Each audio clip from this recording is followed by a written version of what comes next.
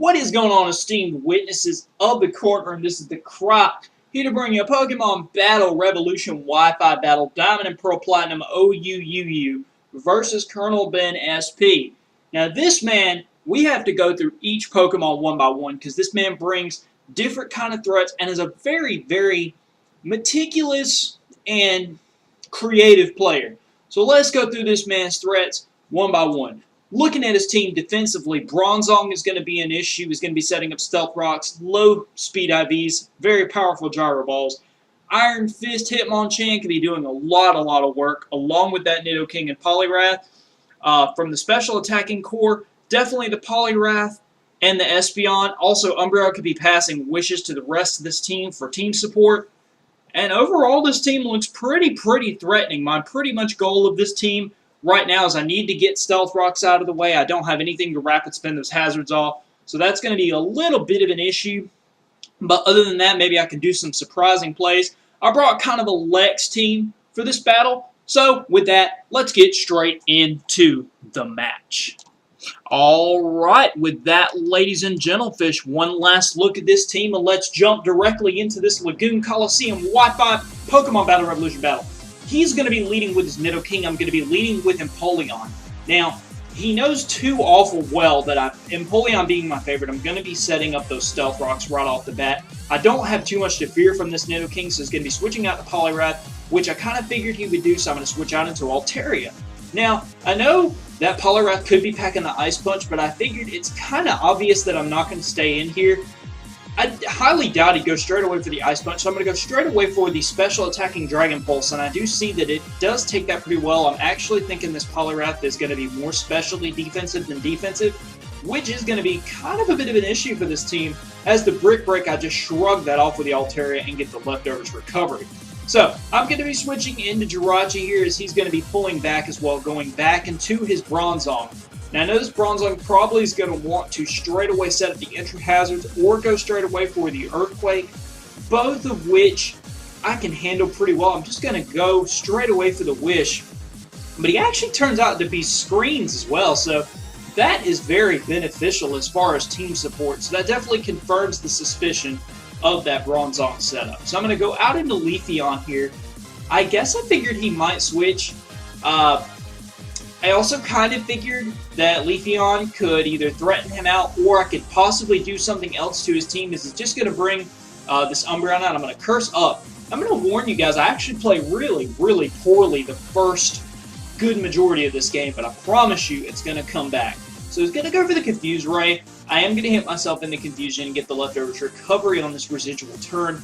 And now I know I'm going to have to be switching out. But I actually don't. I actually try to attack through it with that +1 and actually manage to Matrix miss a Toxic. So that is just absolutely fantastic because I actually do have the Heal Bell on this team, but I've just got to be careful with it. Now he's going to be going for Wish as I go back into Empoleon.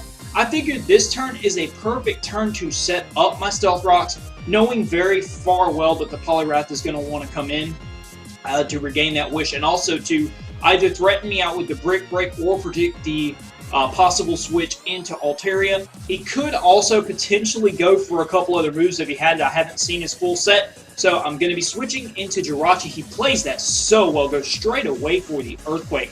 Does a ton of damage to Jirachi. That was a beautiful prediction on Ben's part right there going for that Earthquake. Now, he's actually trying to believe on this turn. I go for the Zen Headbutt. I do quite a bit of damage to this guy, and he actually takes it really well. So this Poliwrath is much more defensive and possibly slow. So that's a very good tad of information to pick up on and use later. And I am just going to let Jirachi bite the dust right away. And looking back at that decision, it probably wasn't a better play of mine, but that is okay. So I'm going to be switching into Ninetales here, and the reason I'm going to switch into Ninetales, I do have the Energy Ball. I'm hoping it's going to threaten him out, but it works out well because I know Stealth Rock residual damage is going to hit him right when he comes in, and with that, it'll be enough to take him down with the Energy Ball. So now he's going to bring in this Umbreon, and Umbreon is not going to be a problem at all for me. I can wall it completely with Cecil. And basically, Cecil, what he's going to be doing here, I actually don't have the Roar, I don't believe. I have Stealth Rock, Grass Knot, Ice Beam, and Surf, I do believe.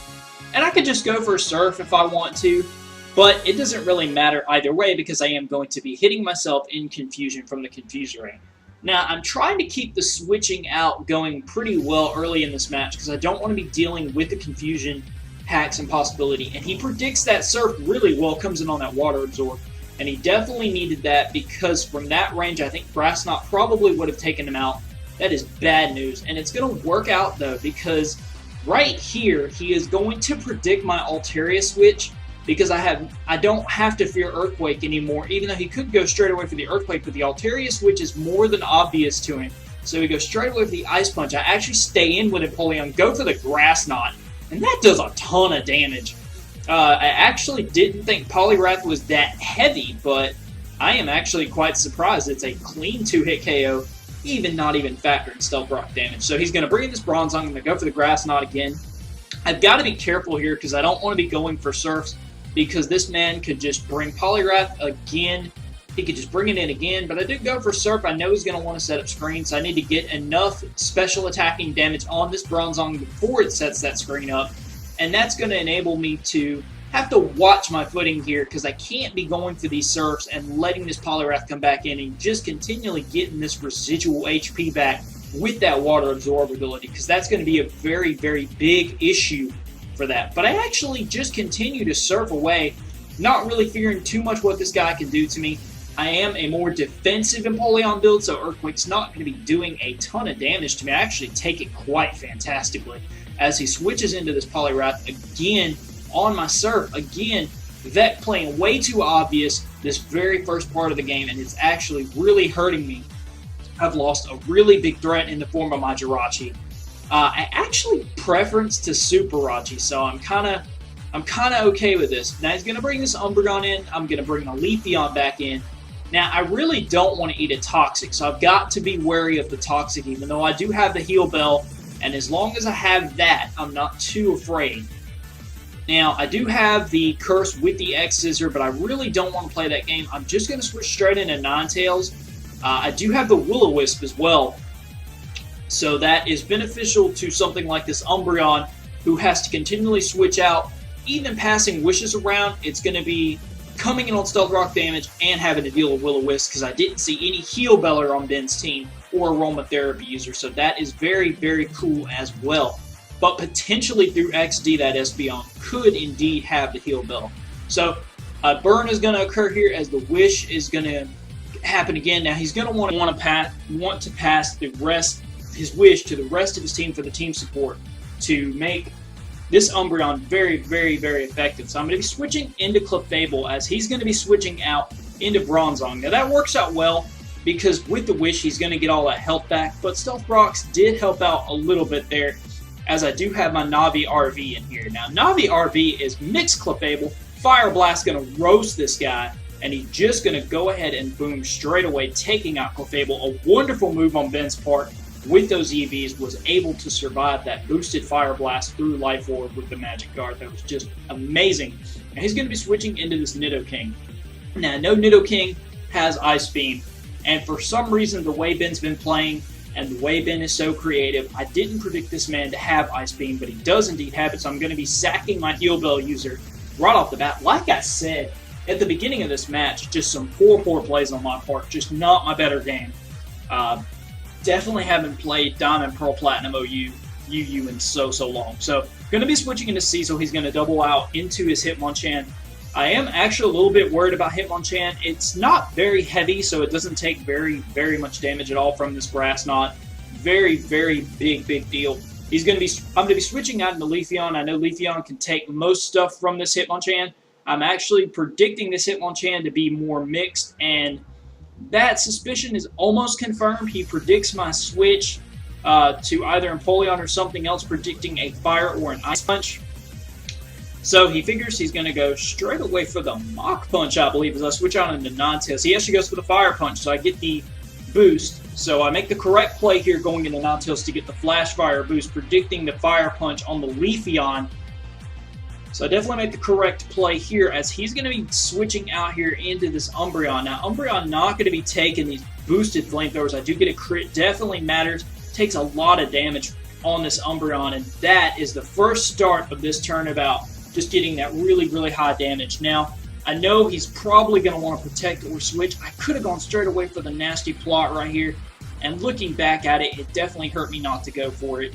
But the burn is going to take the Umbreon down, so that works out pretty well.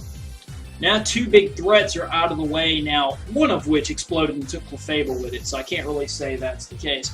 Now, I'm thinking this Nidoking is going to be Choice Scarf, and figuring that this Nidoking is Choice Scarf, I need to go out into Leafeon, predicting an Earth Power, which is exactly what I'm going to do, and he does lock himself down on Earth Power, which works out well. He does do quite a bit of damage to Leafeon, and I'm just trying to figure out what he might switch into. I can't go for X's or anything, predicting the Espeon. There's really no reason to over-predict here. Leaf Blade is the correct call, and I'm just going to go for it. It does quite a bit of damage to Hitmonchan. I think I can actually take another hit from this thing. All I've got to figure out is what this guy is going to go for now. He knows I probably wouldn't stay in, predicting his Fire Punch, and I am going to go back on to Ninetales. He plays that so well, just gives me a straight Mach Punch to the face, and then I take that toxic residual damage on the end of this turn. And that, I believe, from that range, Mach Punch is easily able to take me out with the Iron Fist boost, and down goes my Ninetales. Man, that was my best answer, at least residual and revenge killing answer to this Poliwrath. Mach Punch not going to do too much. I'm going to be able to take it out with a Leaf Blade. Down goes this Hitmonchan, and now what has started as an early game is starting to shape up to quite the game. Now he's going to be going out into Espeon now. At this point, it's 3-2 in Ben's favor, and I believe he doubles out back into Nidoking very, very quickly here. I was trying to think what I actually could go for here, and I don't know why I go for the X-Scissor as opposed to the Leaf Blade. Stab would be a normal hit on this Nidoking, and it was definitely the correct call to stay going for that. But I do switch up to X-Scissor, and looking back at it, the damage with Leaf Blade would have been a lot better being that normal hit. That is very, very unfortunate here. Now, looking back at this, I thought I sped it up enough to calculate the wait time. But when I was editing it in Vegas, when I actually sped it up, it actually was too fast, so I had to watch that. But I am going to make the correct call this time, go straight away for the Leaf Blade as he tries to lock himself down on the Earth Power, and down goes this red, and now we've got a 2-2 game. This is some serious business. I know Psychic very easily going to KO me, and I'm trying to look at from this range what Empoleon's going to be doing. Now, what he tells me at this point, I'm like, okay, you got this Poliwrath way faster. He said, not really. My Poliwrath is a slow variant that's a lot slower. And I was like, okay, what can Espeon do to Empoleon? Probably just Psychic. I'm going to get that Torrent boost. I predict him to go in at Poliwrath immediately. I know Surf would have killed, and that would have definitely made it where I could have taken a hit better, because like I said, I am a more defensive Empoleon. And I know Brick Break is stabbed from Poliwrath, but I needed that HP to take that if need be. And you guys can leave in the comment section below if that damage mattered on this particular turn coming in. And like I said, from this point, you know, Ben's like slower, and from that range, Grass Knot would KO from the Stealth Rock switch in. But unfortunately, ladies and gentlefish, that is not going to be the case, as you are about to find out in 5, 4, 3, 2, and there it is. Brick Break going to connect, and that is going to be the end of the game. Now, what began as a very, very slow and very, very poor battle on my part has really, really come out at the end. So it was a great game, Ben. Thank you for playing PBR with me. If you guys enjoyed, please rate, comment, and subscribe, and do all that wonderful stuff. Like I said, it really turned out to be one hell of a game in the end. But please do leave in that comment section if that damage ratio mattered, and you guys know the rules. Rate, comment, subscribe. Peace out, objection, and find the computer room, and deuces.